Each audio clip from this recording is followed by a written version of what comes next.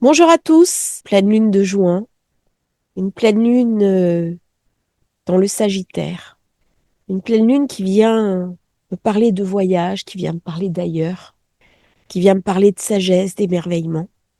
Elle vient me parler du monde qui m'entoure. Je rentre d'Égypte, un petit peu fatiguée en ayant retrouvé ma voix que j'avais perdue dans la précédente vidéo, je m'en excuse, avec cette phrase qui me hante: je t'ai fait un monde, et qu'en as-tu fait? Ainsi parle le sacré. Qu'as-tu fait du monde que je t'ai offert? Est-ce que tu l'as aimé? Est-ce que tu l'as découvert? Est-ce que tu l'as exploré? Est-ce que tu l'auras protégé?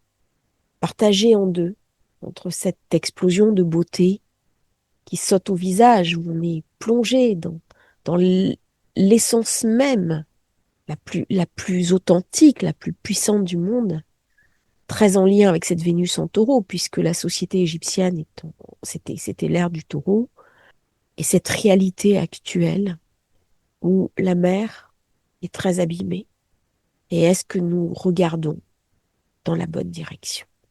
Alors cette pleine lune du Sagittaire, puisque pleine lune, forcément, on est invité à regarder quelque chose autour de nous, autour du monde qui nous entoure, mais aussi de notre place à chacun de nous dans ce monde. Comment trouver notre sagesse?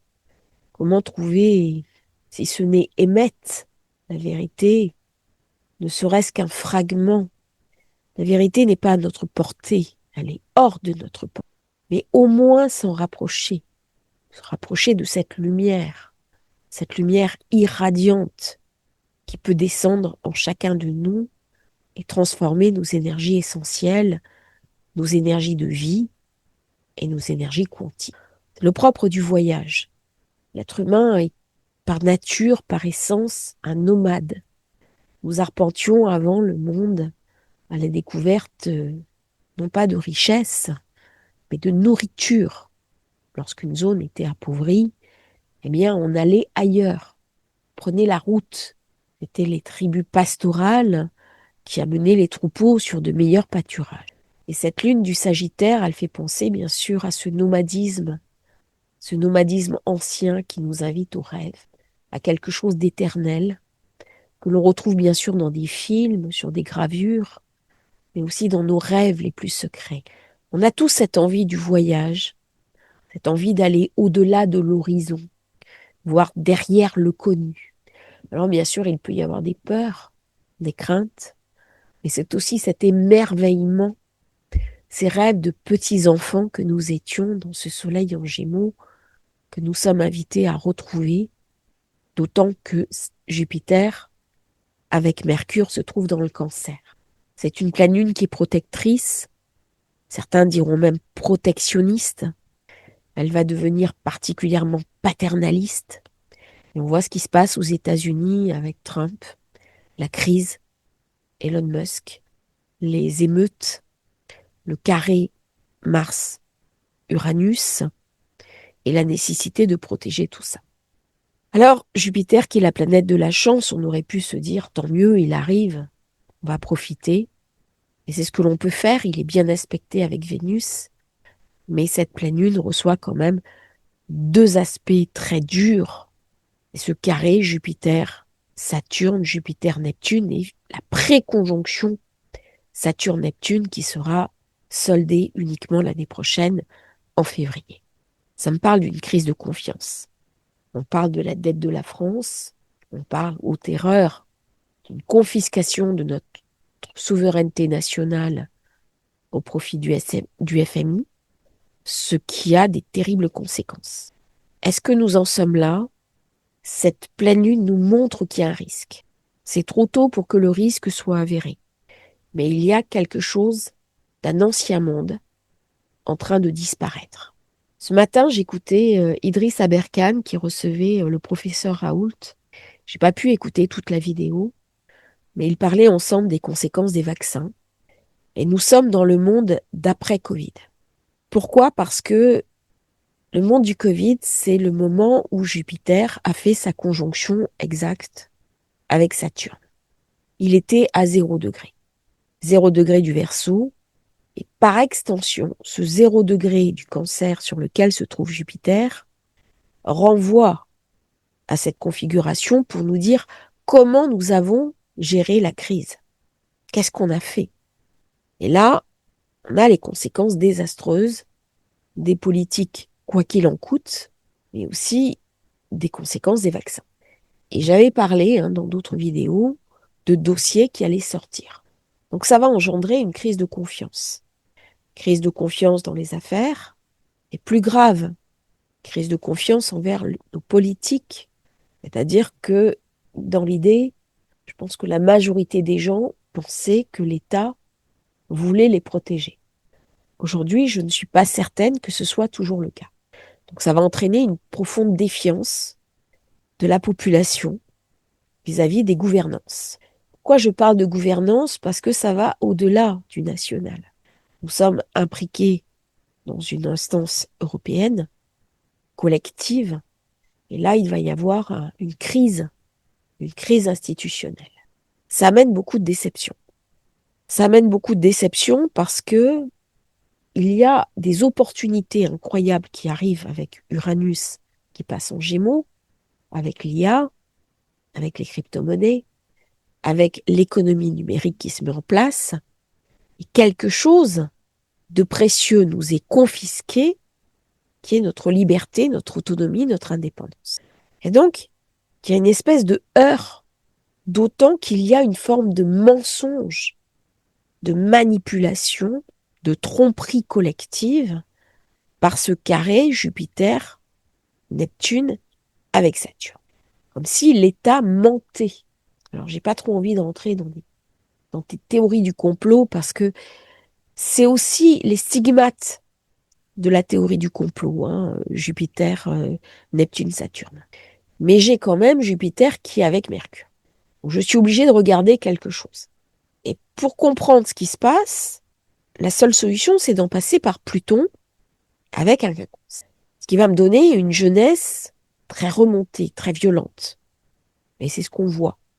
On voit toute cette violence urbaine qui se déchaîne et qui est une violence totalement gratuite. C'est-à-dire, je dis pas que c'est joli, mais vous attaquez une personne parce qu'elle a, je sais pas, un sac à main pour voler quelque chose, ça a un sens. Là, on est dans une violence qui n'a plus de sens, qui est l'expression d'une animalité résiduelle qui se trouve en chacun de nous, mais que nous étions parvenus à maîtriser. Depuis que le nœud nord est passé en bélier, on a l'impression que ce côté animal peut exploser, ressurgir à n'importe quel moment, pour n'importe quelle raison, et que ce sont souvent les plus jeunes qui sont touchés. Alors certains vont me dire, oui, mais il y a des bonnes raisons à ça. Alors j'ai envie de dire, je ne crois pas. Je ne crois pas parce que Saturne vient me raconter quelque chose qui est qu'on cherche systématiquement une raison à celui qui commet l'attaque, à justifier. Et parfois même, certains avocats vont jusqu'à excuser. Ça reste dans l'énergie lune Sagittaire.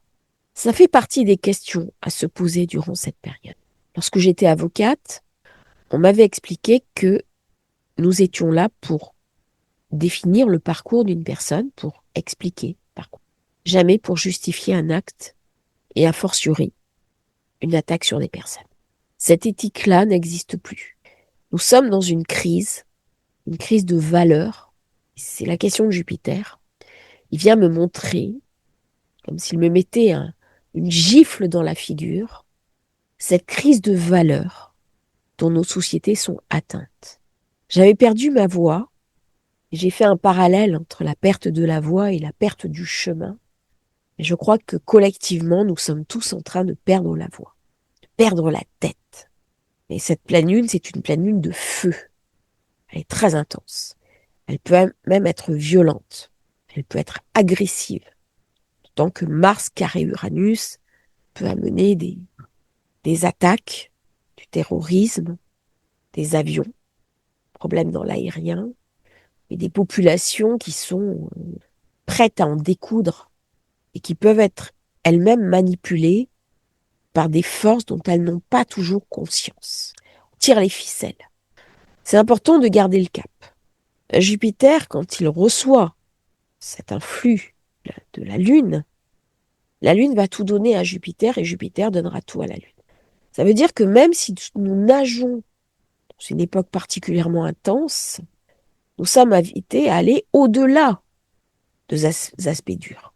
On voit bien avec Vénus-Pluton que la chair se disloque, le corps est attaqué, l'ombre se renforce. On voit bien comment une espèce de morale, une cohésion sociale qui est en train de se déliter. On se sent impuissant. Eh bien, l'idée de cette pleine lune, c'est de se dire nous sommes tout sauf impuissants. Elle est ascendant Lion. Le Lion, c'est la royauté, c'est la spiritualité. C'est pas forcément ce qu'on pense de prime abord du Lion, mais le Lion est une représentation divine à Babylone, par exemple. Et Isaac Luria, on l'appelait le lion Akadosh. Le lion est une des représentations prophétiques de la parole qui s'incarne au plan divin. C'est l'autre level du lion. Il y a quelque chose de sacré.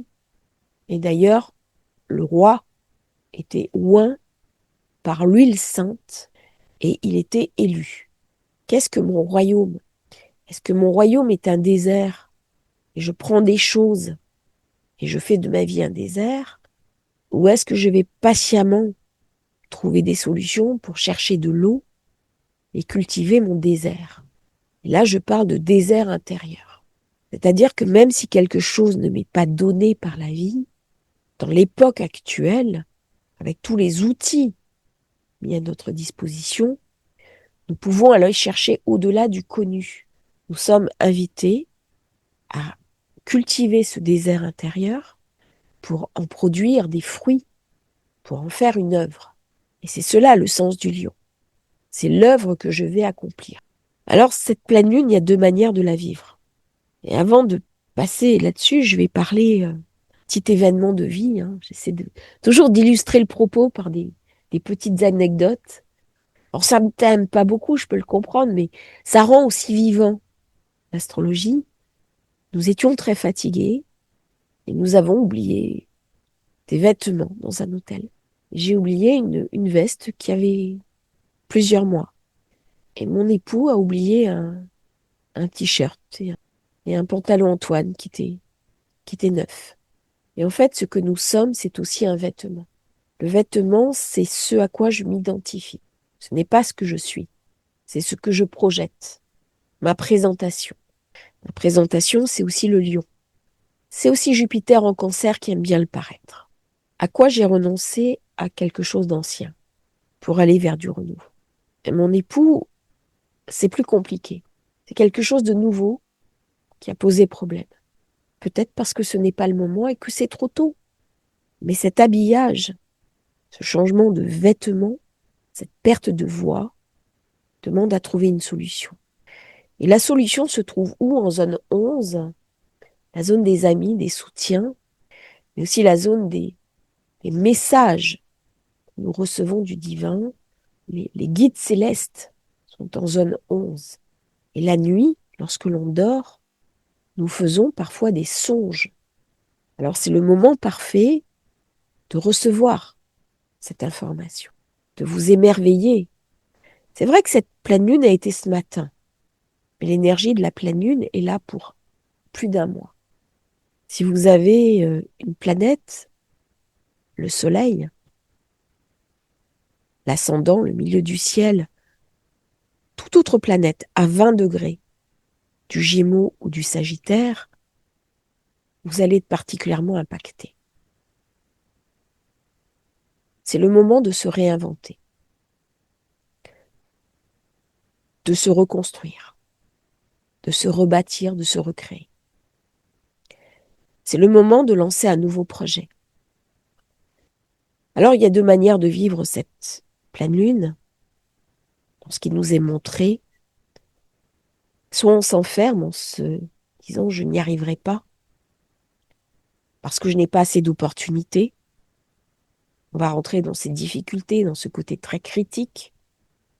On regarde les autres et on est en acrimonie, peut-être parce qu'ils ont plus que nous, peut-être parce qu'on a l'impression qu'ils sont plus heureux. On vit des circonstances contraignantes et notre jugement est altéré. Et on va développer un mécanisme d'incertitude et d'insécurité. On va rentrer dans un phénomène de difficulté financière et de dette. C'est une crise de confiance. C'est le verset sombre de Jupiter, du Sagittaire. Je fais une crise. Lorsque j'étais enfant, je faisais des crises de foi. Et la crise de foi, c'est aussi une crise de confiance. Soit je vais au-delà, au-delà du visible, au-delà de ce que m'enseigne, au-delà de ce qu'on me montre, et je vais chercher la lumière. Trouver la lumière, ça se fait par différents niveaux. J'ai visité le temple de Dendera. En plus, j'ai eu de la chance, il y avait un gardien qui m'a pris à part, il m'a vu méditer, il m'a amené dans une salle toute petite, toute cachée, où normalement les touristes ne rentrent pas. Et j'ai eu la chance de rester là un grand moment et de vivre une expérience très intense. Et après, il m'a amené prendre le soleil, qui a des cônes de lumière sous lesquels on peut se mettre. Donc, il vérifiait que personne ne nous voit pour recevoir les énergies du dieu solaire, les énergies de Ra. Et je vais même peut-être aller au-delà. Je vais parler des énergies d'Aton, l'unique, l'énergie du monothéisme qui a été découvert en Égypte, enfin révélé, pas découvert, mais révélé à Akhenaton, le pharaon transgressif. Et on a l'impression qu'il y a toujours des traditions, même si ça n'est pas dit, il y a des choses qui se passent. Pourquoi je parle comme ça? Parce que l'ascendant est en Lion et que c'était le culte solaire. Le dieu unique est un dieu forcément en lien avec l'astre solaire. Et les choses ont été écrites, elles ont été tracées. Alors je peux prendre cette pleine lune en premier niveau, avec des difficultés financières. La France, comment elle va se situer? Essentiellement, c'est un pays riche, pays développé, avec de l'industrie, avec du savoir-faire, des universités. La France qui a été leader, qui est un modèle.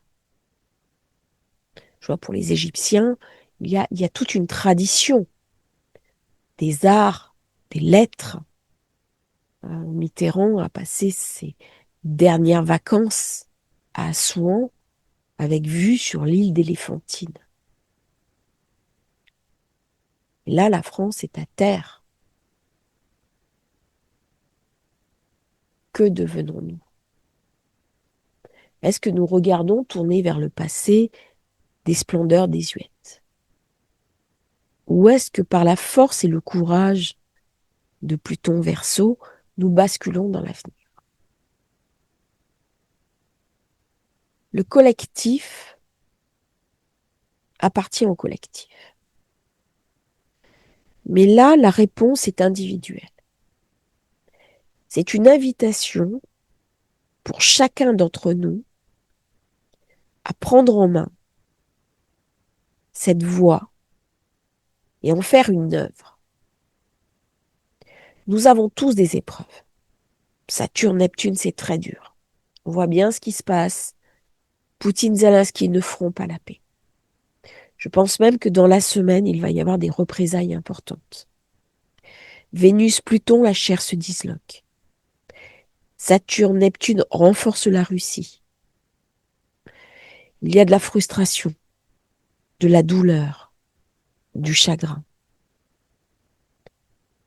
Mais il y a ce carré Neptune, Jupiter, qui me parle de mensonges, d'excès, d'immoralité. Il me parle de corruption. Il me parle de détournement de fonds. On me montre quelque chose, on me montre un vêtement, ce n'est pas le bon vêtement. J'ai perdu quelque chose. Qu'est-ce que j'ai perdu? Parce que je suis sur 3 niveaux. Pourquoi sur 3 niveaux? Il y aura le grand visage pour ceux qui connaissent. Le triangle, la seule figure géométrique qui est indéformable. Quand on a un point et un deuxième, c'est un secret d'initié que je vous donne. Je pense que le moment est venu aussi d'ouvrir certaines portes. Quand vous avez 2 points, cherchez toujours le troisième. Très utile pour les résolutions de problèmes. On vous expose un problème. On vous en expose un deuxième. Il faut savoir qu'il y a toujours un troisième qui coule. Fonctionnez toujours par trinité. Ceux qui ont pris la formation astrologie médiévale comprendront ce que je dis. On fonctionne par 3 en astrologie. Et plus encore, pourquoi c'est important de fonctionner par 3? Gémeaux, c'est le troisième signe. En hébreu, c'est le guimel, le chameau, celui qui va à la porte. La porte est un passage. Jupiter est à la porte. Qu'est-ce qui se passe quand on est à la porte? On se fait attaquer. Eh oui, sinon c'est trop facile. On ne passe pas la porte des initiés si on n'a pas une attaque au préalable. S'il n'y a pas un dépouillement, s'il n'y a pas des pertes de vêtements. Alors j'ai 2 solutions, avec des pleines lunes comme ça. Ou je la vis en premier niveau, et je rentre en pleine crise de panique, parce que j'ai été peut-être trop confiant, trop généreux. Non, c'est pas possible, ça ne peut pas arriver. Et si ça arrive, il se passe quoi? Quelques années, j'ai des amis qui ont été pris dans une attaque au Caire. Ils s'en sont sortis grâce au garçon d'étage, avec qui ils avaient sympathisé, qui a sauvé, c'était un garçon extraordinaire, le plus de gens possible, qui a mis tout le monde sur le toit. Ils ont eu beaucoup de chance. Aujourd'hui, c'est beaucoup plus sécurisé. Pourquoi je parle de ça? Parce qu'il y a eu des réactions. Face à quelque chose de négatif, on a mis en place autre chose. Il y a une épreuve, un carré. Par rapport au carré, j'ai 2 choses. Soit je disparais, soit je réagis. Que l'Égypte a fait. L'Égypte vit essentiellement du tourisme. 50% de son PIB. Donc une richesse à protéger, si je puis m'exprimer ainsi. Ça va peut-être choquer certains, ce que je vais dire, et pourtant c'est une réalité. Et on se sent en confiance, on se sent en sécurité. Et d'ailleurs, j'ai beaucoup de gratitude d'avoir ressenti ça par rapport à l'Égypte, qui nous a aussi bien reçus et qui nous a ouvert ses portes avec autant de gentillesse. J'ai beaucoup de gratitude pour le pays et pour les habitants. Je fais une crise de foi, je fais une crise de confiance, je fais une crise quelque part d'identité. Là, on est dans l'identité. Qui suis-je? Où se trouve ma voie? Où se trouve mon chemin? Là, je perds mon chemin. C'est ce qu'on vient me montrer. J'ai perdu mes vêtements. Faut que j'en rachète d'autres? Peut-être que j'ai perdu des choses dont fond je n'avais pas besoin. Qu'est-ce qui est essentiel pour moi? C'est quoi ce qui est illusoire? Là, j'ai quelque chose qui triche. J'ai quelque chose qui ment. Ça veut dire que j'ai un voile. Le voile, je les initiés, on appelle ça Maya, l'illusion. Maya, c'est comme ça que mon petit-fils m'appelle. Il m'appelle Maya et l'abeille. Qu'est-ce qu'il y a derrière le voile? Il y a ce que j'ai envie d'être. Il y a ce à quoi j'ai envie de m'identifier. Et la réponse se trouve ici. Elle se trouve dans le nœud nord qui est en Poisson. Le temps est venu de rentrer dans l'identité du sens de sa vie, d'accomplir son œuvre, d'avoir quelque chose, comme je dis, à présenter sur un plat. Nous ne pourrons pas être parfaits. Mais la lune en Sagittaire, c'est une lune d'idéal. C'est une lune d'intelligence, de compréhension. Regarde le monde qui t'a été donné. Apprends-le. Apprends les langues étrangères. Voyage, découvre, émerveille-toi. Cultive-toi. Va au-delà de la norme et de ce qu'on te dit qui est possible. Le Gémeaux est un malin. Ce n'est pas le malin, encore que. C'est un dieu qui est intelligent, clever, c'est le bibliothécaire. Avec le Sagittaire et le Gémeaux, on est dans le scribe, celui qui inscrit la prière. On est dans la prêtrise. On est dans celui qui lit la prière. Non seulement celui qui la lit, qui l'écrit, qui la récite, mais aussi qui la conserve. Et à un moment donné, la prière est oubliée. Et puis parfois elle est retrouvée, comme les manuscrits de la mer morte, qui ont été retrouvés en Jordanie. Maintenant c'est Israël. Et à l'époque, c'était la Jordanie. Et d'ailleurs, les fragments se trouvent aussi au musée de Amman. Là, il y a quelque chose, si on se connecte sur des mémoires karmiques, sur des mémoires passées, qui peut remonter à la surface. Retrouver les vieux habits qu'on a perdus. Qui est-ce que j'étais? Mais est-ce que c'est une pleine lune qui est uniquement tournée vers le passé? Pas du tout. Uranus se prépare à rentrer en Gémeaux. Quelque chose qui arrive de très intense. 7 juillet. C'est là. Et là, il va nous bousculer vers l'avenir. C'est donc un moment où la foi peut être mise à l'épreuve. Au niveau des couples, il peut y avoir des déceptions, des pertes. Ça va être important de limiter ces pertes. C'est important de ne pas tomber dans les théories du complot. Attention, avec ce genre de pleine lune, on peut devenir aussi paranoïaque. Soyez modérés. Restez dans une forme d'humilité. Jupiter peut nous amener dans l'orgueil. Lorsque votre vie est facile, vous avez tendance à oublier ce qu'est la vie des autres. Vous regardez, pas se satisfaire simplement de ce que l'on a ou de ce que l'on n'a pas. C'est important aussi de regarder. Il y a une conscience spirituelle auquel nous sommes invités. Il y a un dépassement de soi. Alors, il va y avoir chez beaucoup de personnes de la confusion, de la peur et un regain de culpabilité. On va avoir beaucoup de personnes qui vont se victimiser. On le voit dans la presse, hein. Je ne vais pas rentrer dans les débats de l'information. Par contre, attention, ce carré nous renvoie à 2020. Donc une répercussion karmique de mes précédentes actions. Si je me suis laissé aller à de la méchanceté, à du manque de respect, à de la cruauté, ça va me rattraper.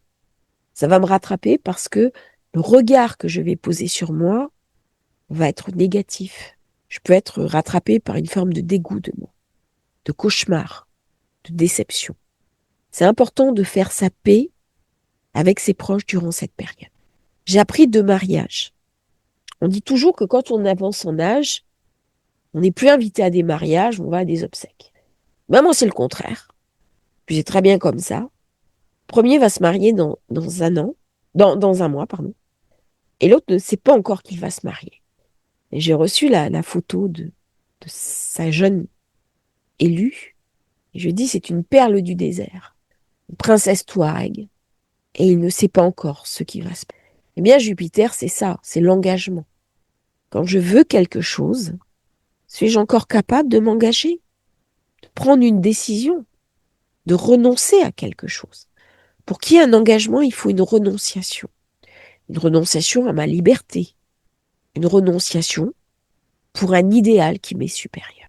Et là, je suis dans quelque chose d'une invitation à franchir une étape et à monter dans une conscience, quasiment une conscience quantique, au-delà de moi-même. Comment voulez-vous que je vous fasse une analyse classique des nouvelles lunes, des pleines lunes, alors que nous avons Saturne-Neptune change de signe, Jupiter-Cancer change de signe, Pluton le mois prochain change de signe. Est-ce que vous réalisez à titre personnel le regain d'énergie que nous recevons tous? L'activité solaire actuelle est stratosphérique. Il y a rarement eu autant d'activité solaire. Ça veut dire que chaque fois qu'il y a énormément d'activité solaire, l'humanité vit des événements intenses, transformateurs, difficiles. Nous avons tous l'impression, soit d'une immense expansion ou du niveau de nos corps énergétiques, ou un trop grand resserrement. Mais on ne peut pas rester dans l'état antérieur. Cette pleine lune se situe bien entendu dans le signe du Sagittaire. Mais nous allons tout doucement vers le lever héliaque de Cyrus et nous avons, du fait de la précession des équinoxes, cette pleine lune qui est dans le signe du Scorpion si on passe en astrologie sidérale. C'est complètement différent. Le Sagittaire amène la sagesse, la compréhension, la vision, l'apprentissage. C'est le guide. Ce sont les prêtres d'Amon, les prêtres d'Aton. Et le Scorpion va amener la passion, le courage, la volonté, la détermination, des normes élevées. Par contre, elle est ambiguë, puisque ça ramène aussi de la colère, de la brusquerie. Et on a vu ce qui s'est passé entre Elon Musk et le président Trump. Il y a quelque chose de très vindicatif, de très colérique, prompt à la colère, à l'emballement, et nos paroles peuvent nous échapper. Attention au côté maussade, au côté jaloux, au côté maléfique que peut avoir en secondarité cette pleine lune qui va entraîner dans certains cercles des manipulations d'énergie. Elle s'aligne donc avec la queue du Scorpion, Zeta Arae, qui est à 20 degrés 11, c'est Tsanin dans le chinois qui signifie ciel sombre et Korban, le sacrifice. Nous sommes dans l'idée de l'autel qui est bien sûr qu'est-ce que je vais sacrifier, qu'est-ce que je vais offrir. Alors, on peut imaginer que de par notre culpabilité, on va offrir quelque chose de positif, mais je peux très bien acheter quelque chose que je vais sacrifier, comme si le vêtement que j'ai perdu, symboliquement, c'est un sacrifice. Je peux offrir de l'argent, symboliquement, c'est un sacrifice. Quand nous sommes en mer, on se sert un verre et on en donne une part à Neptune. C'est un sacrifice. Cela amène à entrer dans la prise de la porte. La prise de la porte, c'est ce qui va amener à la dévotion. Cette pleine lune, si je la vis en premier niveau, elle va me secouer dans ma vie du quotidien. En deuxième niveau, elle m'amène sur un questionnement essentiel de type Jupiter, de type Sagittaire. On est dans les grandes questions existentielles de la vie. Mais sur un troisième niveau, elle me parle de famille d'âme.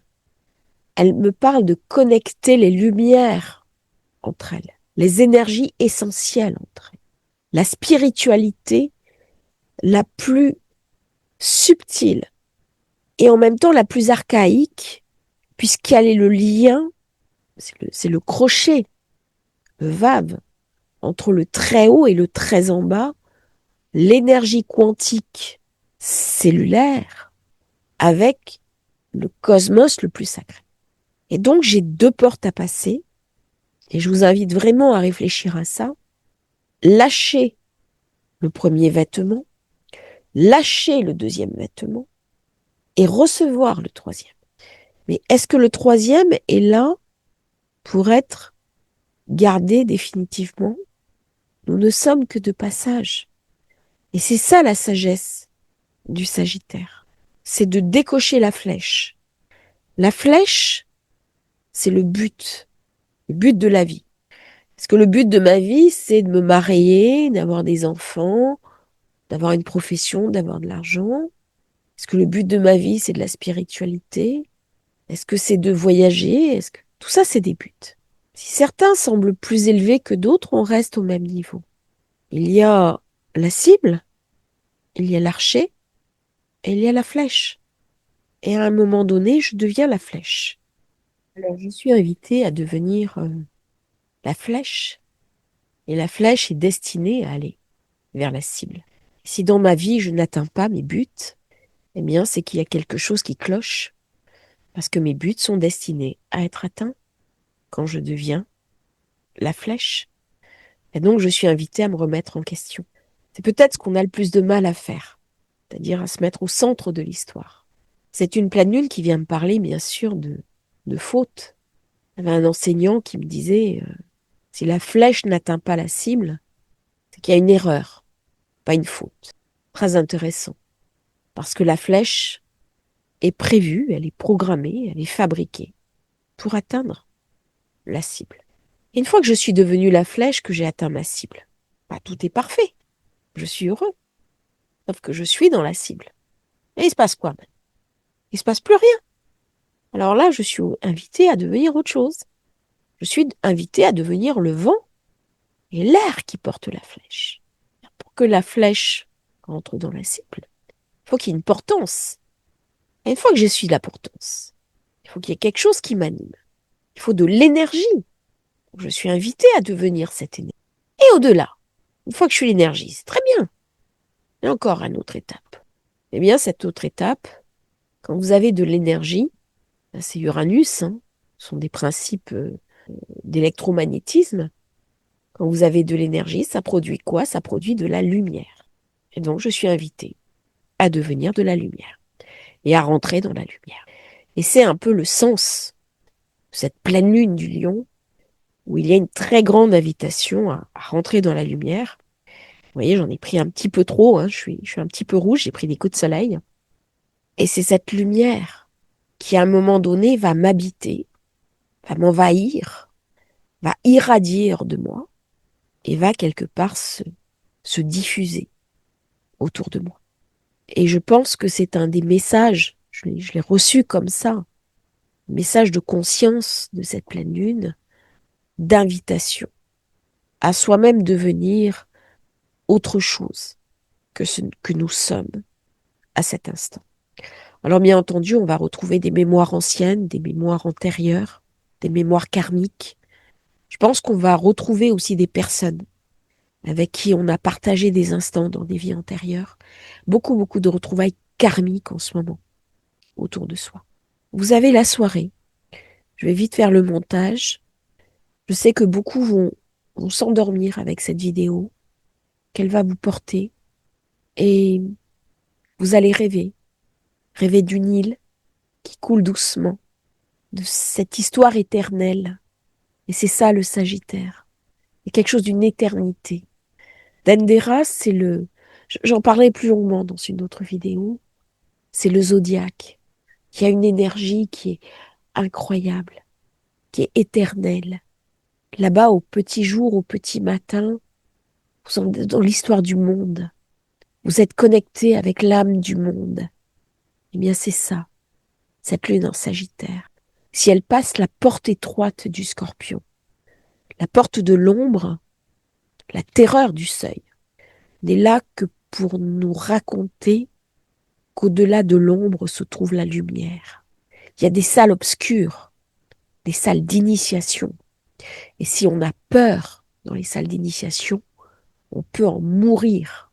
Eh bien là, je vous ouvre une porte, puisque c'est une pleine lune profondément initiatique. C'est une pleine lune pour recevoir des initiations, pour les vivre. Les initiations, à l'époque, se passaient dans les temples, et elles se passaient entre vie et mort. Et aujourd'hui, c'est toujours le cas. Ça ne se fait plus dans les temps. Mais lorsque vous devez vivre une expérience de ce type, de toute façon, vous la vivrez. Et vous trouverez les personnes derrière qui vous aideront à mettre en forme cette expérience et y donner un sens. Pleine lune, profondément initiative. Je vous remercie à tous d'avoir suivi cette vidéo. N'oubliez pas de vous abonner à la chaîne, c'est très important pour nous soutenir. Et à bientôt pour un nouveau partage avec infiniment de plaisir, avec Astrologie facile